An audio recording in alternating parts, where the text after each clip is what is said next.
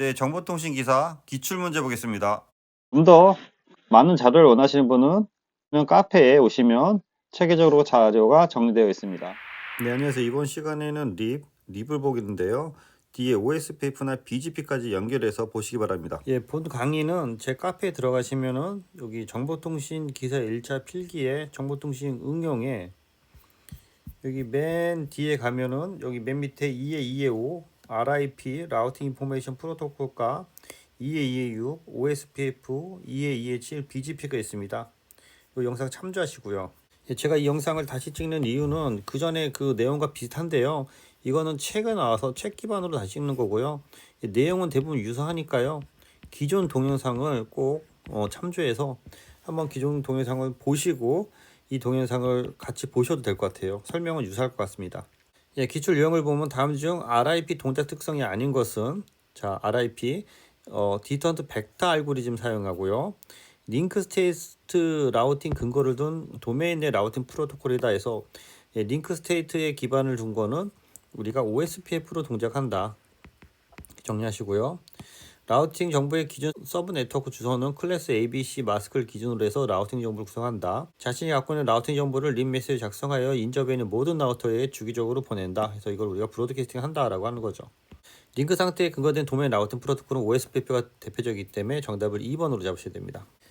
립에 대한 특징 아래 정리했는데요. 라우팅 정보만 전달하는 브로드캐스트 방식이고 한 번에 약 512KB 정도를 그 정보가 들어가 있고요.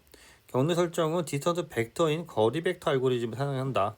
링크 스테이트가 아니고 거리 벡터 알고리즘을 사용한다. 그래서 이게 요 사이가 이제 저희가 시리얼 구간이라고 하고요. 네트워크이 여기 보면 요 시리얼 인터페이스에 서브넷 마이크 252로 해서 이렇게 정리가 되는 거죠. 슬래시 30이 되겠네요. 그럼 슬래시 30이 255점, 255점, 255점, 252가 되는 거죠.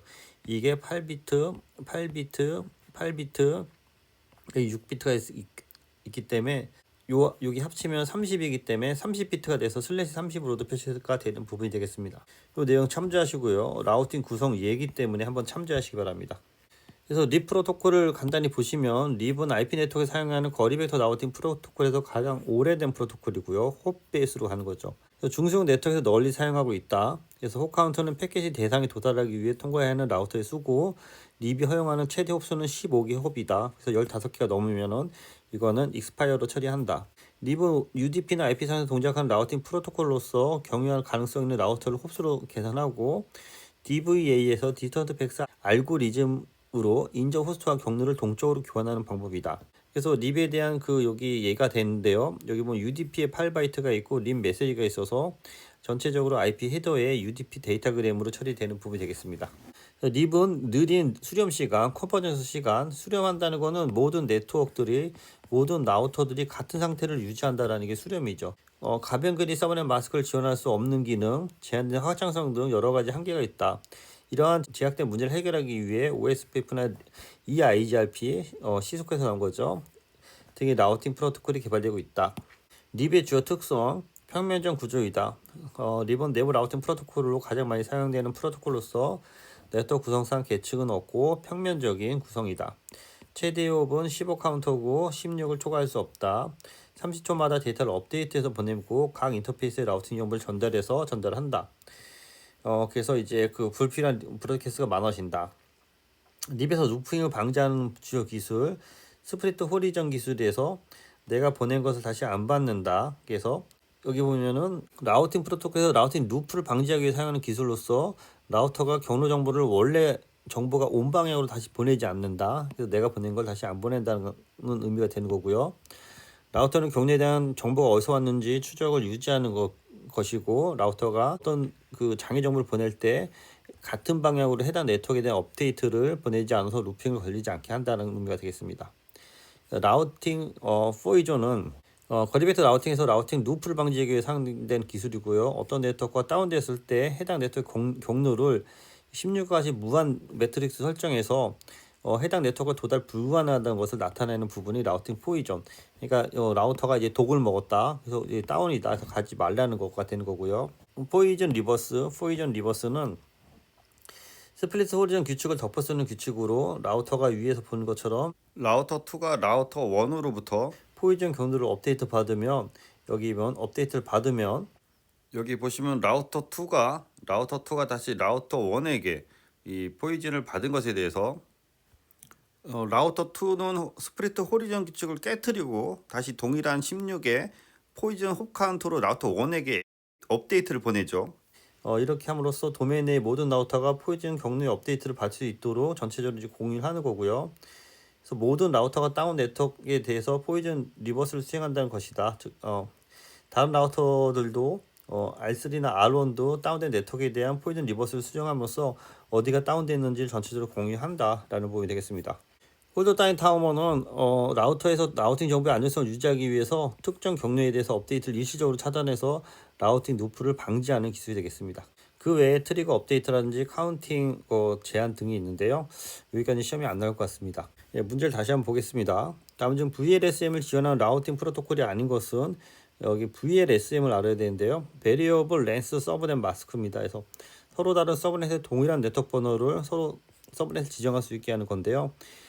라우팅의 RIP 립 버전 1은 처음에 이걸 지원하지 않았던 거고요. 립 버전 2부터 아마 지원할 거고 EIGRP나 ISIS, OSPF는 VLSM을 지원하는 부분이 되겠습니다.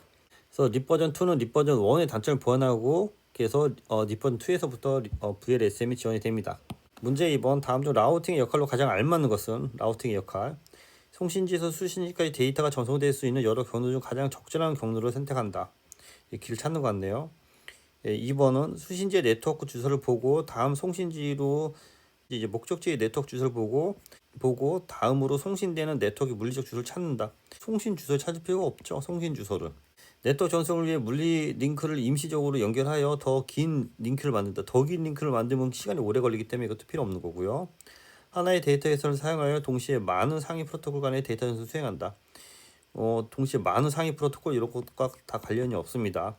라우팅 프로토콜은 길을 빨리 찾는 프로토콜이라고 정리하시기 바랍니다. 라우팅은 OSI 7 레이어 기준으로 해서 네트워크 레이어에서 동작하는 것이고 IP를 기준으로 해서 송신지에서 수신지까지 목적지를 찾는 프로토콜이 되겠습니다. 문제 3번 IP 통신망의 경로 지정 통신 규약의 하나로 경유하는 라우터의 대수 또 호흡에 따라 최단 경로를 동적으로 결정하는 거리 벡터 알고리즘, 그래서 립이라 있죠. 립. 거리 벡터 알고리즘은 립. 링크 스테이트 알고리즘은 OSPF가 되겠습니다. 링크 스테이트는 구분해서 정리하시고요.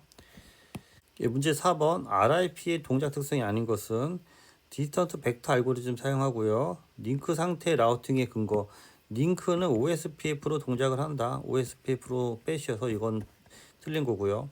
라우팅 정보의 기준인 서버넷 마스크의 주소를 클래스 ABC의 자연 마스크를 기준으로 해서 라우팅 정보를 구성한다. 그래서 이거를 클래스 풀이다 라고 얘기하는 거고요.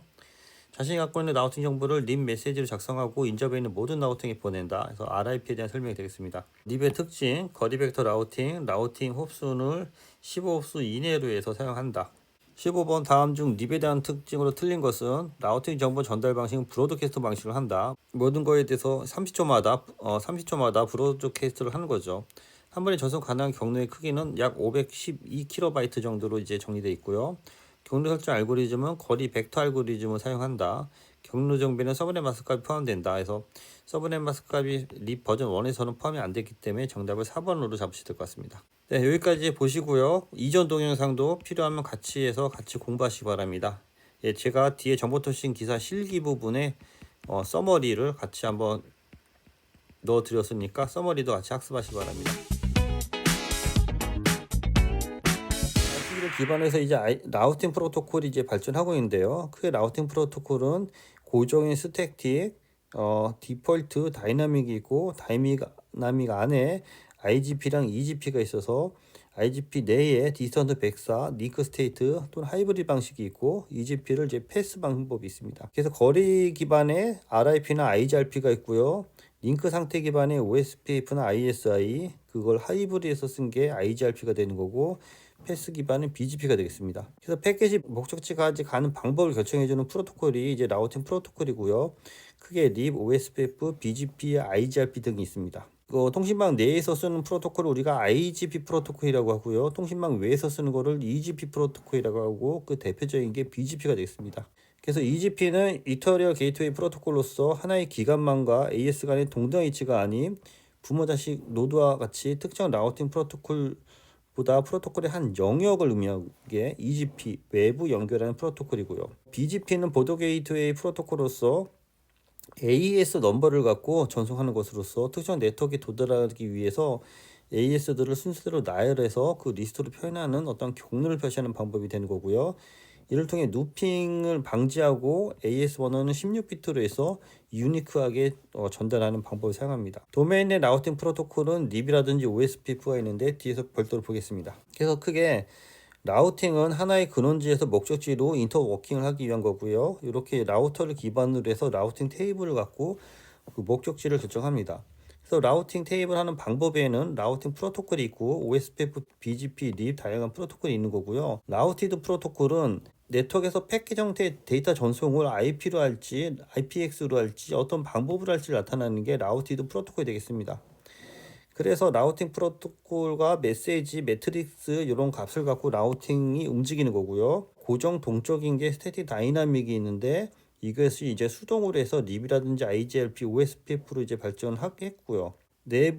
외부는 인터널, 익스터널이 있는데 이런 부분도 RIP, IGRP, OSPF, BGP 뭐 그런 것들이 알고리즘은 디스턴트 벡터라든지 링크 스테이트가 있어서 이렇게 립이라든지 IGRP, OSPF 이렇게 발전하고 있습니다. 그래서 알고리즘은 간결성, 경고성, 빠른 갱신, 환경 변화를 적응하기 위한 기반으로 해서 라우팅 프로토콜이 적용됩니다. 뒤에서 좀 더 보겠습니다. 그래서 IGP 라우팅 프로토콜에는 여기 보시는 것처럼 립, OSPF, ISI 등이 있고 외부는 BGP가 대표적인 거고요. 그래서 통신망 내부에서 인터널 게이트웨이 프로토콜이라고 하고 근거리 통신망에서 시스템 내부에서 라우팅하는 데 주로 사용하는 방법이 되겠습니다. 그래서 여기 링크 스테이트 방식과 패스 방식이 있는데 패스 벡터는 BGP가 대표적인 거고요. 디스턴스 벡터는 립이라든지 IGRP, 얘는 EIGRP로 확장이 되는 건데 시스코 디펜던스이기 때문에 립 정도만 알면 될 것 같고 링크 스테이트가 OSPF랑 ISI 방법이 있다. 디스턴스 벡터는 주기적으로 네트워크 정보를 이웃 라우터에만 공유하는 거고요. 전송 정보는 자신이 알고 있는 모든 정보, 라우팅 정보를 보내는 건데 대표적인 게 립 방식이 있습니다. 현재 많이 사용하는 건 링크 스테이트 방식이고요. 자신의 라벨 스위치 패스를 형성하고 모든 라우터는 플로딩하고 이 라벨 스위치 패스를 받아서 정보를 업데이트하는 방법이 되겠습니다. 이를 통해 단순히 홉 방식이 아니고 직접 연결되어 있는 링크 상태를 계산해서 목적지까지 라우팅하는 방법이고요. 그러기 위해서 SFP에서 쇼티스 패스 퍼스트라는 알고리즘을 통해서 라우팅 테이블을 있는 DB를 계속 업데이트해서 쓰고 있고요. 이것의 대표적인 방법이 OSPF라고 할 수 있겠습니다. 그래서 립은 라우팅 인포메이션 프로토콜로서 디스턴트 벡터 방식이라고 하고 도메인의 라우팅 프로토콜입니다. RFC 1058에 정의되어 있고요. 링크에 대한 홉수에 따라서 최단 경로를 동적으로 결정하는 방법으로 해서 이렇게 라우터들이 여러 가지가 있을 때 제일 짧게 가는 방법을 결정하는 거라서 이 같은 경우에 이렇게 제일 짧게 가는 방법이 이런 방법이 되겠는데 이게 만약에 전송 속도가 낮아도 이런 방식을 사용한다는 게 문제가 되는 거죠. 그래서 거리 벡터 알고리즘의 낮은 성능 및 소규모 네트워크 주로 사용하지만 립 버전 2에서부터 그 해시 암호화 방법이 추가됐습니다. 우리가 립을 인터널 게이트웨이 프로토콜이라고 하고요. 매트릭스는 홉 카운트에 의존하고 홉이 16홉 이상이 되면 그 패킷을 폐기하고 30초마다 목적지에 대한 전체 라우터에서 보내서 이것이 180초 이내에 라우팅 정보가 수신이 안 되면은 경로에 이상이 있는 것으로 강조하는 프로토콜이 되겠습니다. 이에 반해서 OSPF 프로토콜은 이렇게 에리어를 구분지어서 관리하는 방법이고요. 모든 경로를 기록하고 도메인 내 라우팅을 하는 방법이 되겠습니다. EIGRP는 Enhanced Interior Gateway 라우팅 프로토콜로서 시스코에서 개발한 프로토콜로 네트워크의 최단 거리를 계산하는 방법이 되겠습니다. 참조만 하시고요. 시스코 디펜던스 때문에 좀 시험에 나오기는 좀 그렇습니다. 그래서 OSPF는 RFC 1247에 정의되어 있고요. 이것도 IGP 프로토콜이고 라우팅 정보의 모든 정보의 노드 간의 거리 정보라든지 링크 상태의 실시간을 조회하는 방법이고요.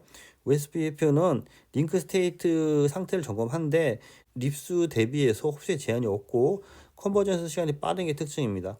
라우팅 정보를 주기적이 아닌 어떤 변화가 있을 때만 업데이트하는 거고요. 동일한 네트워크 어드레스에서 VLSM이라서 베리어블 렌스 서브넷 마스크를 사용해서 한정된 어드레스를 효율적으로 사용하는 방법이 되겠습니다. VLS는 별도 참조하시고요. 그래서 닉과 OSPF를 분류했고 여기 보면 거리 벡터냐 링크 스테이트냐 여기 소규모 대규모 상대적으로 대규모입니다. OSPF가 컨버전 시간이 빠르고 통신 방식은 모두 인접 라우터에게 플로딩 하지만 필요할 때만 플로딩 하는 거고 이거 립은 매 시간마다 플로딩 하는 거고요. 그래서 VLSM이 OSPF가 지원되고 대역폭도 적게 사용되고 다중 경로도 지원되기 때문에 확장성이나 모든 측면에서 봤을 때는 OSPF가 더 좋은 방법이라고 할 수 있겠습니다. 그래서 최근에는 대부분 OSPF를 사용하고요. 구성은 더 립 방식이 더 간단하지만 통신망 관리는 현재 OSPF를 많이 사용하고 있습니다. 그래서 라우팅 방식에 대한 디스턴트 벡터 방식과 링크 스테이트 방식을 비교해 봤는데요. 디스턴트 벡터 방식을 우리가 벨만 포드 알고리즘을 하고요. 링크 스테이트를 다이젝스트라 방식의 알고리즘이라고 합니다. 그래서 동작 원리는 이쪽을 립으로 보면 되고 이쪽을 OSPF로 보면 될 것 같고요. 네트워크의 변화 발생 시 해당 정보를 인전 라우터에 정기적으로 전달한다는 게 핵심이고요. 이쪽은 링크 상태가 변화 있을 때만 포워딩 한다는 겁니다. 그래서 정보 전송에 여기 일정 주기냐 변화 발생 시냐가 있는 거고요. 변화된 라우팅 정보를 모든 라우터에 주기적으로 갱신하기 때문에 망 자체에 쓸 때마다 트래픽이 유발한다는 게 이 벨만 포드 방식의 단점이고요. 링크 스테이트 방식은 네트워크 전체 정보를 유지하기 위해서 기본적으로 많은 정보가 메모리에 필요하다는 게 단점이지만 요즘 메모리 성능이 다 올라가기 때문에 이전 부분은 크게 문제가 되지 않는 것 같습니다. 일단 라우팅 정도까지만 일단 정리해 봤습니다. 네, 이상입니다. 수고했습니다.